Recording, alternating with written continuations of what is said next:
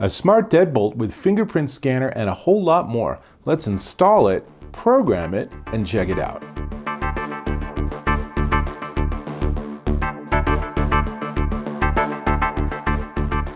Dave Taylor here, and I'm on an endless quest to make my home the smartest possible. Enter these. These are the Igloohome Deadbolt Go smart lock with fingerprints, and they sent me the black version and the white version, both of which also use a Wi-Fi bridge because just out of the box they work via Bluetooth, so they're easy to program and they work just as well. But if you're at work and 17 miles away and you realize, oh, I need to lock my door or unlock it, you can't do that without the bridge. So pretty basic. The trade-off there, I just want to say this right up front, is that by having these just do Bluetooth instead of Wi-Fi, is the batteries last a whole heck of a lot longer. By having Wi-Fi enabled smart locks, you have this dilemma that they consume a lot more power, so you end up changing batteries every 4 or 5 months. So using the bridge, and the bridge is just a little box that just plugs into the wall, and the bridge actually has power. That's what's on Wi-Fi, so these batteries last a lot longer. Now, I'm going to tell you a little bit about the lock, and then we're going to do the install, and then I'm going to do some basic programming of the lock, and then I'll come back with some conclusions and thoughts about how the whole process went. So, it works with digital keys, remote PIN codes. You can even do decoy prefixes. So if your code is 345, which is a terrible code, you could do 12345, and then someone wouldn't know, wait, is it that 5-digit number? Or you could presumably do like 1, 2, 3, 4, 5, 6, 7, 8, 9, 10, 1, 2, 3, 4, 5, or something like that, and you would still get that same benefit. So I like the decoy prefixes. It does have fingerprint scanning, which is really cool. The idea that I can just put my thumb up to my door and unlock it because it recognizes my fingerprint, really nice. You can also unlock it with an Apple Watch once you get everything all programmed and get the app all set up. Of course, it also has physical keys, and it's always good to have one of those around just in case.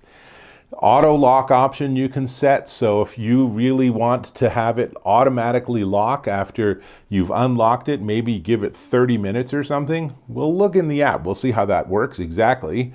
It gives you a low battery alert because you don't want to have it run out of battery, and it takes 4 AA's that are not included, by the way. So when you get one of these, when you're ready to do the install, you want to have some screwdrivers, but you also want to have 4 AA batteries handy. It is ANSI grade B, and it's made out of a zinc alloy and designed to work in sub-zero temperatures, just slightly sub-zero, but if it gets down to 10 degrees outside or something, your lock's gonna be fine. So enough conversation, let's jump into that install. And what I'm gonna do is I'm actually just gonna narrate a slideshow because that's much easier than trying to film this as I actually do the install. And I'll just say the install was super easy, so let's jump in.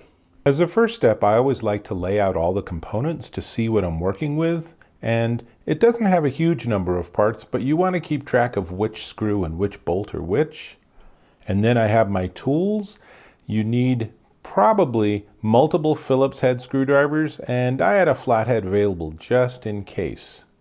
Now, moving to the door, I have fully removed the previous deadbolt, and you can see I have repainted my door without taking the previous deadbolt off, so that paint job probably could do with an upgrade at this point.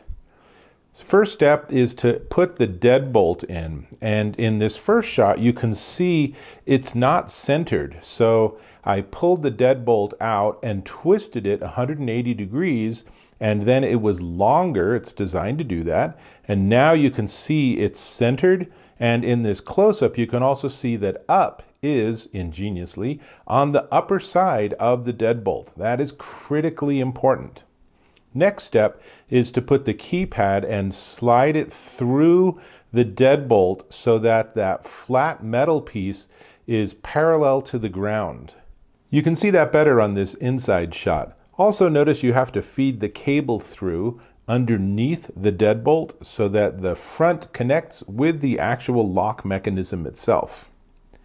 Here I have put on the inner wall plate. It's just 2 long bolts, and again you can see that that metal piece is parallel to the ground, so I have not changed its orientation.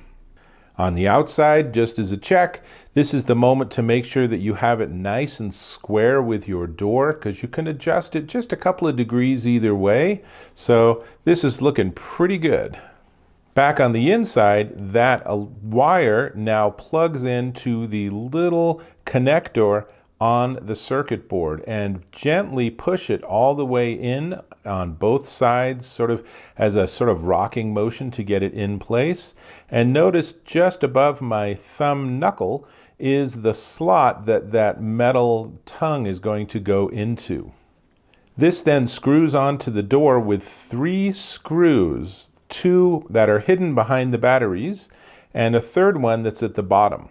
With that done, I can put the batteries in, and you'll actually hear a beep to confirm that it is indeed working. Now, on the outside, all I have to do is push a button to wake it up, and I should be able to pair it with the app. So let's go ahead and try that part out.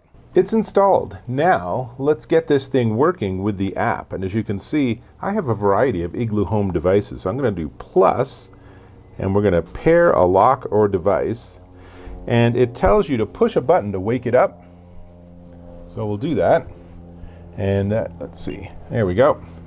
And you can see it immediately shows up here. So we're going to pair it, and I'll just call it front door. It's pretty easy. Done.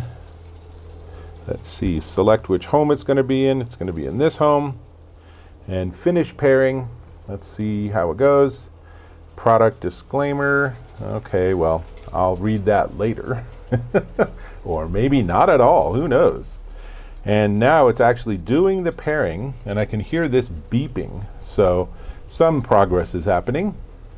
And hopefully it just takes a moment or two.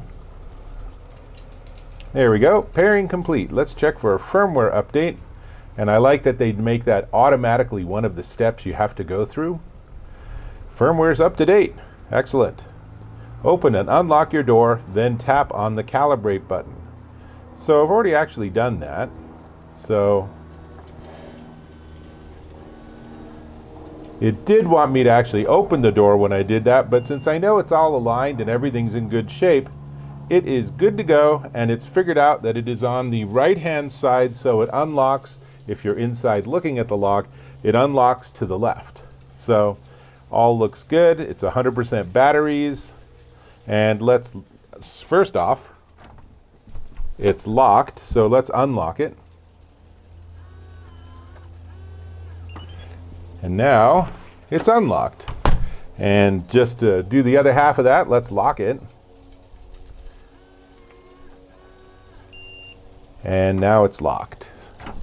And I cannot get into my house, which is a little bit of a problem, but let's just keep going. So now access. So I can set up a master PIN code, and then there's logs, and there's settings. So let's see. So I have auto lock disabled. I have, auto unlock disabled. I have auto lock not enabled. And auto unlock's an interesting one. It basically works with your phone. So you choose a device, and when that device gets close, then the door unlocks. I'm not sure I like that idea, so I think I'm not going to turn that one on. Security lockout, if someone tries 3 bad codes, then it's just going to shut down and not let them try anymore. One that people might enjoy is adjusting the volume so you can control how loud it is. Let's see, and otherwise, it looks like we're in good shape, so let's go back to the lock unlock, but I want to do access. So let's create access, and let's do a fingerprint. So ensure your finger is clean and dry. I'm going to do me, and then I think I'll just do my forefinger. So privacy notice, accept, and now I'm just going to be putting my finger on it at different angles so that it can have a picture of a larger sense of my finger. The idea being that this way, there we go, this way, however I touch it with my finger, that it should work. So now we have that fingerprint, and let's create a PIN code.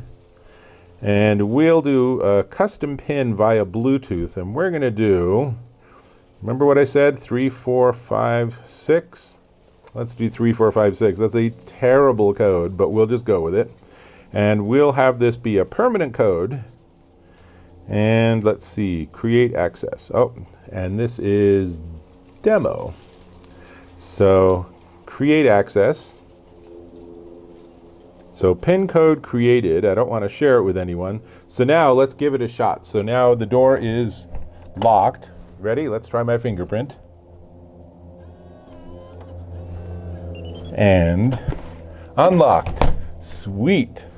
Now let's go into the app, and I'm going to go to unlock, and I'm going to lock it, because why not, right? So now it's locked. Now let's try the new PIN code we created. 3, 4, 5, 6. And then unlock. And there it is, it's unlocked. So the PIN code works, the fingerprint works, and then I think, let's see.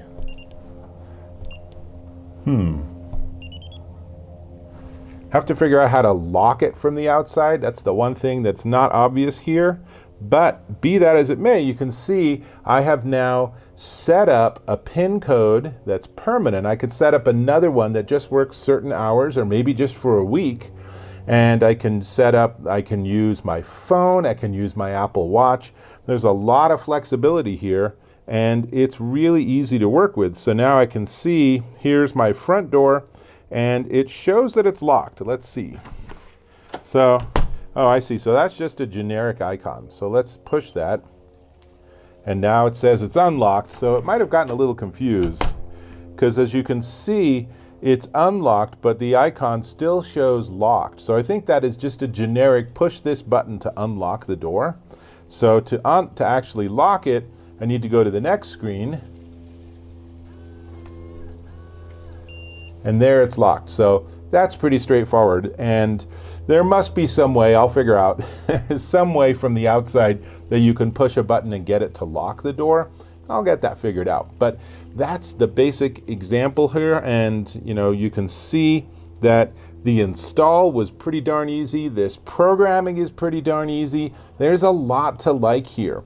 And one of the other really cool things is that the app actually integrates with things like Airbnb app and a bunch of other rental apps. So it could be part of that process of, I have a new tenant, I'm going to push a new code, I'm going to get it into Airbnb, I'm going to have them share it as part of the welcome email that I send people. All of that really nice. Comes in 2 colors. This is obviously the black version. The white version would look the same, but it would be white. Entirely makes sense. And that Wi-Fi bridge is something I will want to plug in inside as close to this as I can, because Bluetooth range is 10 to 30 feet, but to save power and to have those batteries last longer, I believe this is going to have a fairly low range. So easily done with. I have 2 or 3 outlets within 24 inches of the actual inside of my door. So those will work great. The only other comment I will make is that they probably should be telling you how to do that locking piece. I'll figure that out. So that's everything I got for you. I think it was easy to install. I think it's pretty darn easy to program. It's really nice to have this set up. And even if you don't buy the bridge and don't get on Wi-Fi, having all this flexibility and being able to have grandma have her fingerprint open the door means that she doesn't have to fumble with a key or worry about a PIN code that she might forget. So all of that is super beneficial and really flexible. So this is definitely one to check out, and at a really good price point. In fact, we do need to talk price. Before we get there though, I'm going to ask you to subscribe to my channel. Click or tap on that subscribe button and go ahead and hit that bell icon for notifications, and give me a thumbs up if you found this of value. Certainly hope you did. Great. This is the Igloohome Deadbolt Go smart lock with fingerprint. and it comes in black or white, and it's $129.99 at Amazon.com. This is a pretty screaming deal for something this sophisticated. And if you want it to be Wi-Fi accessible from anywhere in the world, then you will also need the Igloohome bridge, which will set you back another $75. So all in all, about $200 for that full setup, including really nice long battery life. So lots to like here. That's all I got. I'm going to go and do some more programming of my codes. So I'll catch you in my next video.